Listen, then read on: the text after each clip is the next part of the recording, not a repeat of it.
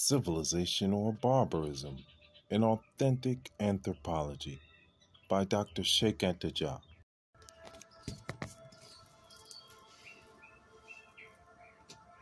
Of course, in these practical exercises where it was a question of applying known and established formulas by means that could be only theoretical, the scribe was not repeating a demonstration of the formula that he was applying.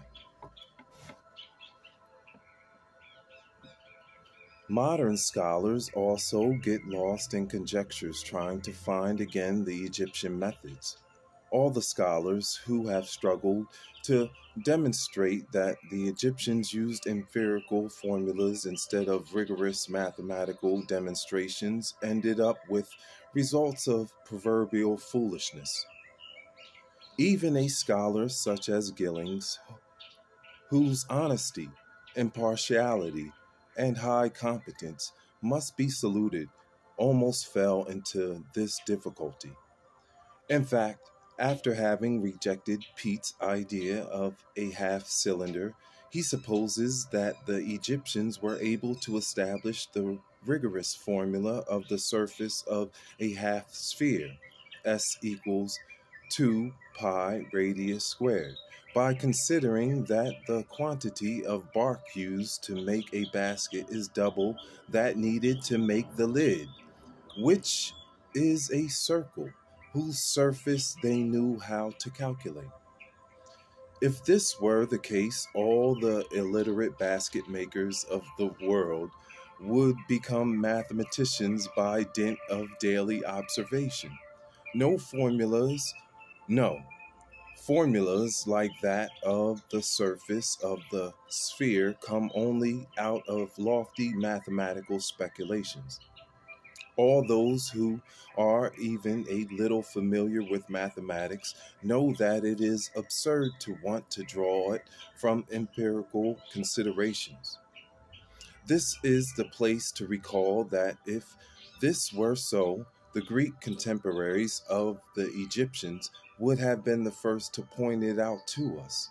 If the Egyptians were merely vulgar empiricists who were establishing the properties of figures only through measuring, if the Greeks were the founders of rigorous mathematical demonstrations from Thales onwards by systemization of empirical formulas from the Egyptians, they would not have failed to boast about such an accomplishment.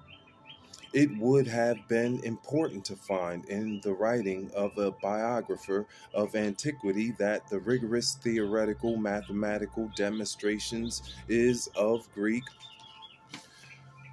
origin and that the Egyptians had only been empiricists.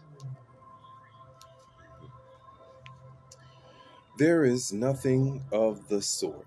All the statements unanimously from the pen of the greatest Greek scholars, philosophers, and writers glorify the theoretical sciences of the Egyptians.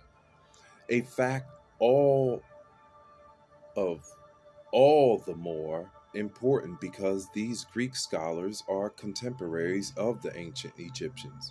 One might expect that the Greeks who had just succeeded the Persians on the throne of Egypt through national pride tried to misrepresent the facts of the fundamental point of origin of the theoretical science, and particularly of mathematics.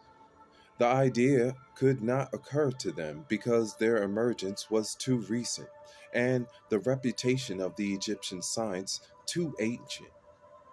Also, Egypt, even conquered, remained the venerable home of the sciences that she had kept secret for millennia. Now the barbarian had broken through the doors of her sanctuaries. She is conquered and will become by force the teacher of young nations, of the Greeks in particular.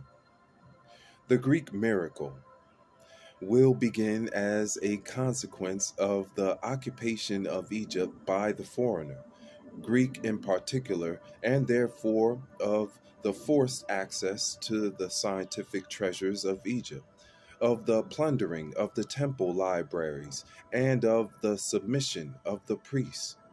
It must be strongly emphasized that the Greeks never said that they were the students of the Babylonians or of the Chaldeans. Their most reputable scholars will always boast about having been the pupils of the Egyptians, as the writings of their biographers reveal. Thales, the semi legendary father of Greek mathematics, Pythagoras of Samos, and Eudoxus, etc. We'll pause there, continue back with civilization or barbarism. I'm your bro, Ryan. Hi, Charlotte.